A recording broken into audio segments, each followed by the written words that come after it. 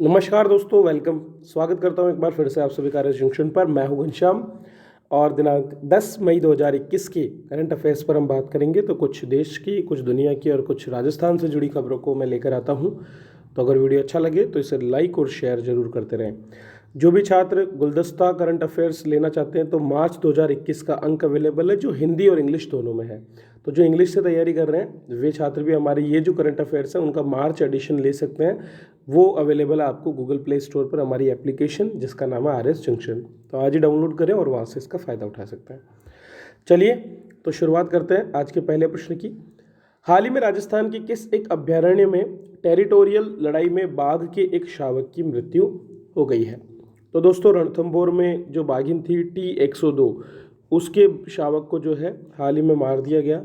और ये टेरिटोरियल लड़ाई बाघों के बीच तब होती है जब बाघों की संख्या किसी एक क्षेत्र विशेष में ज़्यादा होती है और भोजन और अधिकार को लेकर के उनमें संघर्ष होता है।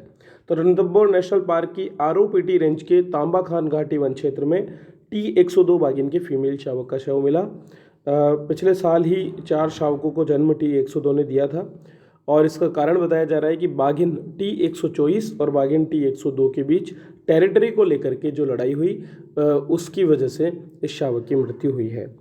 तो ये दर्शाता है कि किस तरह से रणथंभौर में अब जो है क्षेत्र विस्तार की ज़रूरत है, अर्थात अब रणथंभौर अभ्यारण्य का क्षेत्र बढ़ाने की ज़रूरत है ताकि ये जो बढ़ती हुई बाघों की संख्या है इसे यहाँ पर जो है सही तरीके से एडजस्ट किया जा सके।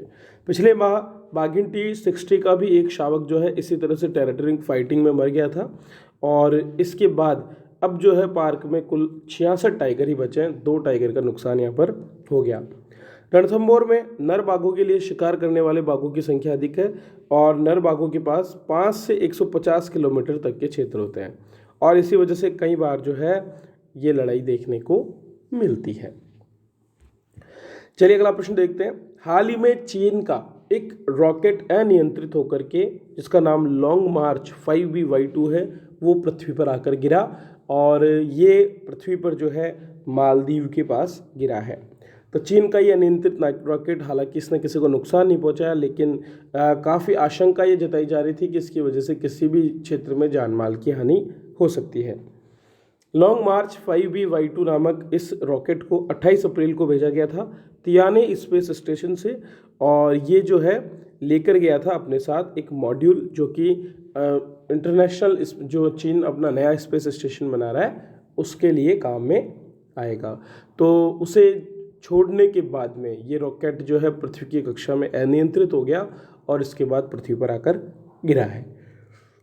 मई 2020 में भी चीन ने ऐसा ही रॉकेट अंतरिक्ष में भेजा था और उसने भी इसी तरह से धरती पर अनियंत्रित प्रवेश किया था, जिसकी वजह से पश्चिम अफ्रीका के गांव कोटे डी इवायर में काफ़ी तबाही मची थी। तो इस तरह की घटनाएं निश्चित रूप से अंतरिक्ष में किए जाने वाले जो एक्सप्लोरेशंस है और जो अभियान है उनकी वजह से पृथ्वी पर होने वाले नुकसान को दर्शाती है, जिसे रोकने की काफ़ी अधिक आवश्यकता है। क्योंकि यदि गलती से आबादी वाले क्षेत्र में इस तरह के और मॉड्यूल्स या फिर इस तरह के यान गिर जाएं तो काफ़ी तबाही हो सकती है।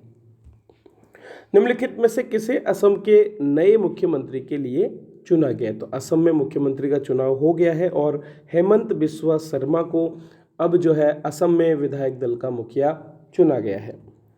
हेमंत बिस्वा शर्मा को असम में भाजपा विधायक दल के नेता के रूप में चुनते हुए अगले मुख्यमंत्री के रूप में नियुक्त किया है। असम के जो वर्तमान मुख्यमंत्री हैं सर्बानंद सोनोवाल, उन्होंने राज्यपाल जगदीश मुखी को अपना इस्तीफा भी दे दिया है।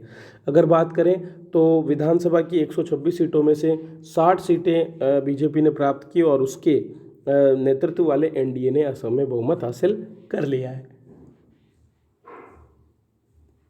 कांग्रेस ने 29 सीटों पर जीत का परचम लहराया है। All India United democratic front के खाते में 16 सीटें आई है। वहीं असम गण परिषद ने 9 सीटें जीती।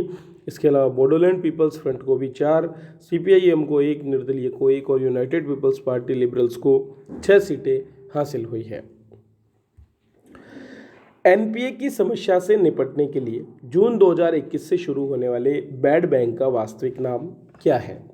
तो दोस्तों, NPA अर्थात नॉन प्रॉफिटिंग असेट्स, गैर निष्पादन संपत्तियां जो होती है बैंकों में, अर्थात ऐसे लोन जिनमें 3 महीने से अधिक अवधि तक उनकी मूल किस्त या फिर उनका ब्याज जो है वो नहीं चुकाया जाता, तो ऐसे जितनी भी संपत्तियां होती हैं उनको गैर निष्पादित संपत्तियां कहते हैं। और बैंकों पर लगातार इनका बोझ बढ़ रहा है, क्योंकि लोन की मात्रा बढ़ने के साथ साथ लोगों द्वारा लोन समय पर नहीं चुकाने की मात्रा भी बढ़ी है। और इसी क्रम में देश में एक राष्ट्रीय संपत्ति पुनर्निर्माण कंपनी जो है उसका गठन करने की बात बजट में कही गई थी 2021-22 में, जिसे अब जून 2021 से शुरू होने की संभावना बताई गई है। राष्ट्रीय संपत्ति पुनर्निर्माण कंपनी का संचालन जून 2021 से शुरू हो जाएगा। इसी को हम शॉर्ट में बैड बैंक भी कहते हैं। इस NARCL का जो ऐलान है वो बजट 2021-22 में वित्त मंत्री द्वारा किया गया था। बैड बैंक उन वित्तीय संस्थाओं को कहते हैं जो कर्जदाताओं की बेकार परिसंपत्तियों को ले लेता है, अर्थात बैंकों द्वारा जो कर्ज दिया जाता है और जो वापस नहीं चुकाया जाता उसे ये अपने पास ले लेता है, जिससे कि वो बैंक के अकाउंट से निकल जाए। ये बैंक सार्वजनिक और निजी दोनों से मिलकर बना है।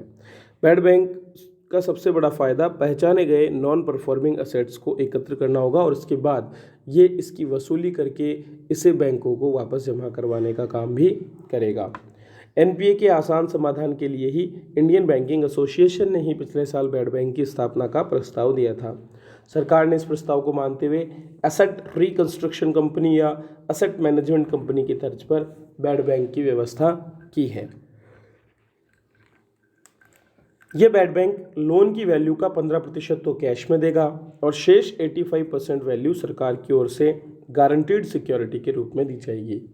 NPA की समस्या से निपटने के लिए आइडिया नया नहीं है। इससे पहले भी 2018 में सरकार ने जो पब्लिक सेक्टर बैंक्स हैं उनकी समस्या से निपटने के लिए प्रोजेक्ट सशक्त लॉन्च करने की घोषणा की थी।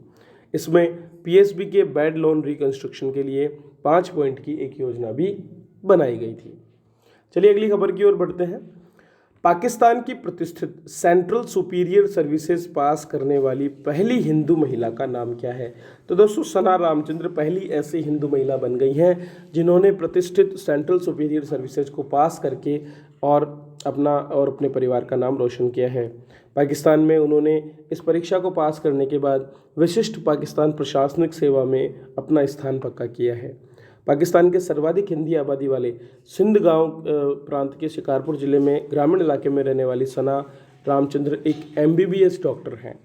PAS शीर्ष श्रेणी है, जिसके बाद अक्सर पाकिस्तान पुलिस सेवा और पाकिस्तान विदेश सेवा और अन्य सेवाएं आती हैं। तो जिस तरह हमारे यहाँ पर इंडियन एडमिनिस्ट्रेटिव सर्विसेज है, उसी तरह से पाकिस्तान में ये विशिष्ट पाकिस्तान प्रशासनिक सेवा जो है वो मानी जाती है। भारत की ही तर्ज पर जो पाकिस्तान है वहाँ पर भी इस परीक्षा के लिए काफ़ी टफ जो है एग्ज़ाम्स होते हैं। PAS श्रेणी हासिल करने वालों को सहायक आयुक्त के तौर पर नियुक्त किया जाता है और बाद में प्रोन्नत होकर वे जिला आयुक्त बनते हैं। जिस तरह हमारे जिला कलेक्टर होते हैं उसी तरह से ये जिला आयुक्त यहाँ पर बनते हैं और जिलों का नियंत्रण इनको मिलता है और शक्तिशाली प्रशासक के रूप में ये काम करते हैं। तो ये थे दोस्तों आज के करंट अफेयर्स जिन पर मैंने चर्चा की। बने रहिए इसी तरह मेरे साथ और देखते रहिए सभी करंट अफेयर्स, ताकि आप अपनी तैयारी में लगातार आगे बढ़ते रहें। जल्दी ही आपको अप्रैल माह का भी जो करंट का एडिशन है वो प्राप्त होगा। तो इसी के साथ मैं आपसे विदा लेता हूँ। वीडियो देखने के लिए आप सभी का बहुत बहुत धन्यवाद।